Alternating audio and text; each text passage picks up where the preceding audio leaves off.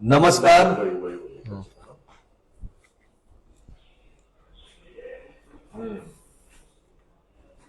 નમસ્કાર.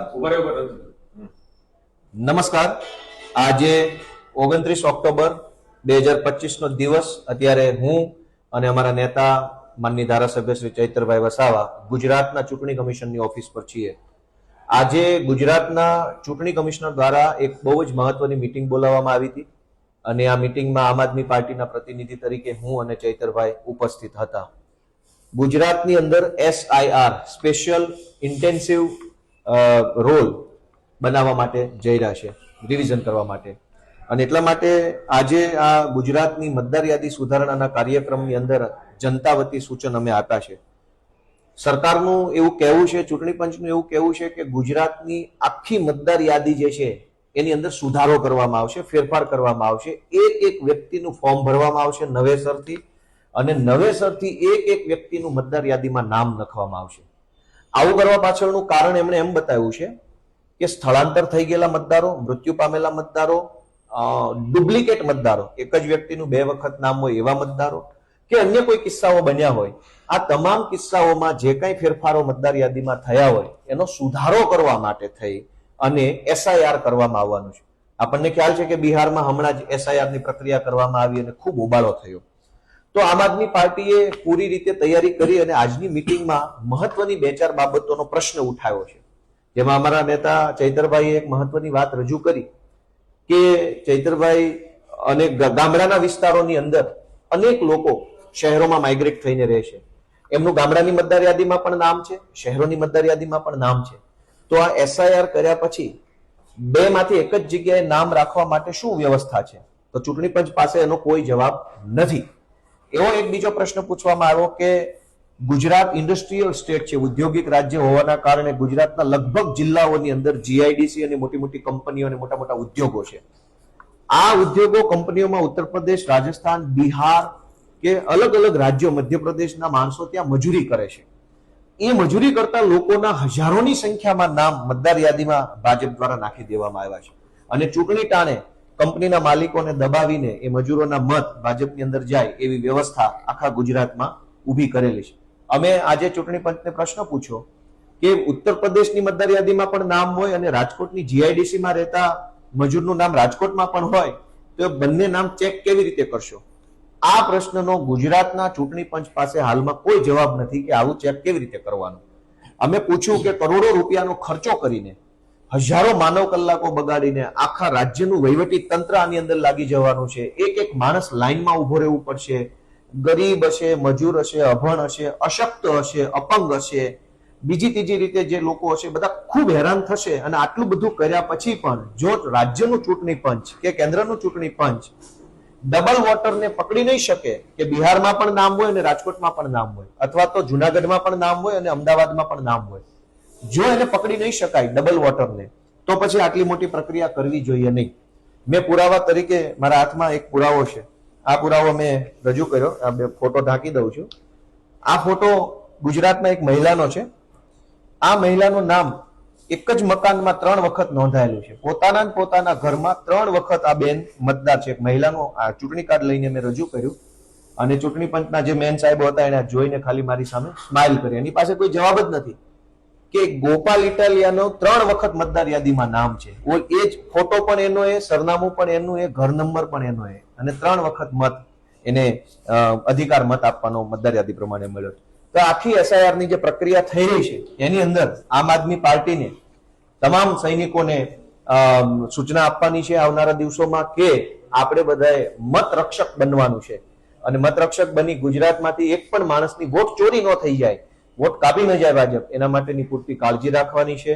ગામડે ગામડે એક વ્યક્તિ સુધી પહોંચી દરેકનું નામ નવી મતદાર યાદીમાં આવી જાય એ માટેની અમારી પૂરી તૈયારી છે. ભાજપને જે પ્રયત્ન કરવા એ કરી લે, પણ આ વખતે એનું હારવાનું ફરજિયાત છે. કેમ કે આ વખતે આમ આદમી પાર્ટી બેઠી છે. આમ આદમી પાર્ટી છે ત્યાં સુધી કોઈ પણ પ્રકારની ગેરરીતિ થવા નહીં દઈએ. વધારે વિગત અમારા ચૈતરભાઈ વસાવા કહેશે. આજે ગુજરાતના મુખ્ય ચૂંટણી અધિકારીએ તમામ સર્વદળીય બેઠક આજે બોલાવી.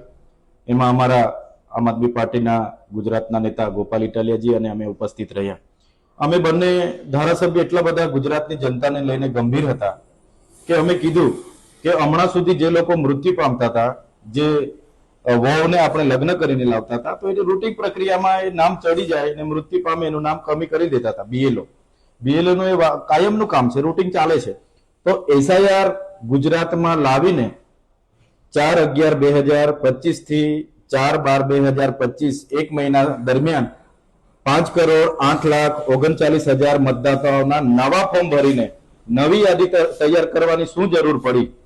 અને છેલ્લે 2002 થી લઈને હમણાં 21 વર્ષમાં ક્યારે આવું થયું નથી, પણ આ વર્ષે જ કેમ સરકારને જરૂર પડી કે અમારે એસઆઈઆર કરવું છે, કે જે લોકો મરણ પામ્યા હોય એના નામ અમારે કાઢવા છે?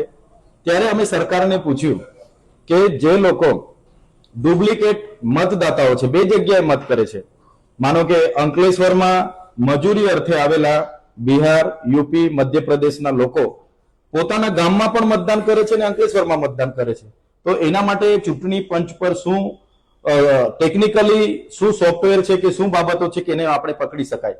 તો ચૂંટણી પંચ પર એનો જવાબ નથી. બીજું, એક જ મહિના માટેનો આ કાર્યક્રમ છે અને આખી મતદાર યાદી નવી બનાવવાની છે. ત્યારે જે લોકો પોતાનો જીવન નિર્વાહ માટે ગામડાઓમાંથી સૌરાષ્ટ્રમાં ખેત મજૂરી કરવા જાય છે, સુગરોમાં મજૂરી કરવા જાય છે, કંપનીઓમાં મજૂરી કરવા જાય છે, અને એ લોકોના ઘરે જ્યારે બીએલઓ જશે અને ઘરને તાળું મારેલું હશે તો એનો ફોટો ક્યાંથી આવશે, એના ડોક્યુમેન્ટ ક્યાંથી લેવામાં આવશે અને એની શું વ્યવસ્થા છે? ત્યારે ચૂંટણી અધિકારી પાસે એનો જવાબ નથી. એ જ પ્રકારે અમે કીધું કે બોર્ડર વિલેજો છે ગુજરાતમાં, ઘણા મધ્યપ્રદેશ, રાજસ્થાન અને મહારાષ્ટ્રની બહેનોને વહુ બનાવીને અહીંયા લાવવામાં આવ્યા છે અને ઘણી અહીંની બહેનોને ત્યાં પણ લગ્ન કરીને આપ્યા છે. ત્યારે એમના પુરાવા કઈ રીતના આપણે મહિનાની અંદર ભેગા કરીશું? ત્યારે ત્યાંની યાદીમાં પણ નામ છે, તે કમી કઈ રીતના થશે, અહીંની યાદીમાં ઉમેરીશું કે કઈ રીતના સિસ્ટમ છે? એનો જવાબ ચૂંટણી પંચ પર નથી.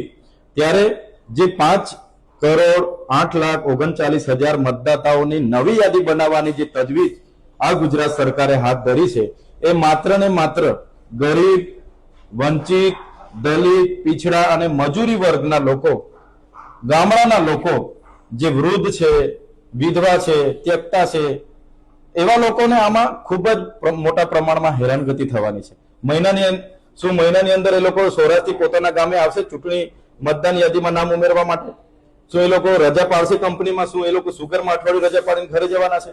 નથી જવાના.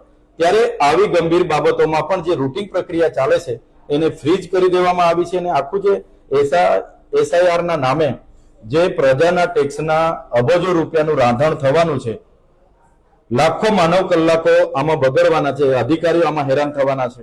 ત્યારે સરકારને અમારે વિનંતી છે, સરકાર આમાં કોઈ ગંભીરતા નથી, એની પાસે કોઈ ટેકનોલોજી નથી કે કોઈ લિંક નથી કે ડુપ્લિકેટ વોટરોની સ્કીનિંગ કરી શકાય.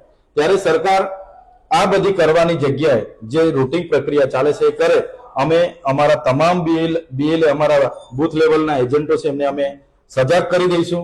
ક્યાંય પણ ભારતીય જનતા પાર્ટી એવા નાગરિકોને જેના મત કપાઈ જાય છે એ વોટ ચોરી ના થાય એની તકેદારી રાખીશું.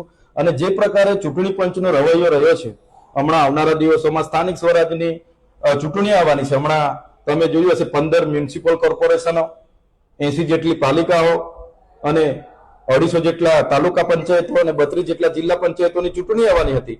એની જગ્યાએ યાદી ફ્રીઝ કરીને નવી એસઆઈઆર ની યાદી 7 ફેબ્રુઆરી 2026માં બહાર પાડવાની વાત કરી છે અને બાદમાં ચૂંટણી કરવાની. ત્યાં સુધી વહીવટદારો રાજ કરશે એવી વાત જયારે ચૂંટણી પંચ કરતું હોય, એટલે આ ગુજરાતની જનતા લોકશાહીમાં ખૂબ જ ગંભીર બાબત છે. પ્રજાના ટેક્સના પૈસાનું રાંધણ થવાનું છે, લાખો માનવ કલાકો જયારે બગડવાના છે. ત્યારે અમારે તો ચૂંટણી આયોગને નમ્ર અપીલ છે, ચૂંટણી પંચ એ સંવિધાનિક સંસ્થા છે, કોઈના પણ દબાણમાં આવ્યા વગર બાબા સાહેબ આંબેડકરે બંધારણમાં બધાને એક મત નાખવાનો અધિકાર આપ્યો છે. એ અધિકાર છીનવવાનો પ્રયાસ કોઈ પાર્ટી કે કોઈના ઈશારે ચૂંટણી પંચ એ ગુનો ના કરે એવી અમારી સૌ વતી અપીલ છે. અને આવનારા દિવસોમાં ગુજરાતની જનતાને પણ અમે કહીએ છીએ, 1 મહિનાનો સમય છે. આપણે આધાર કાર્ડ અપડેટ કરાવવા માટે 3-3 મહિના લાઈનો પર હતા, રેશન કાર્ડ કેવાયસી કરાવવા માટે 4-4 મહિના લાઈન પર હતા.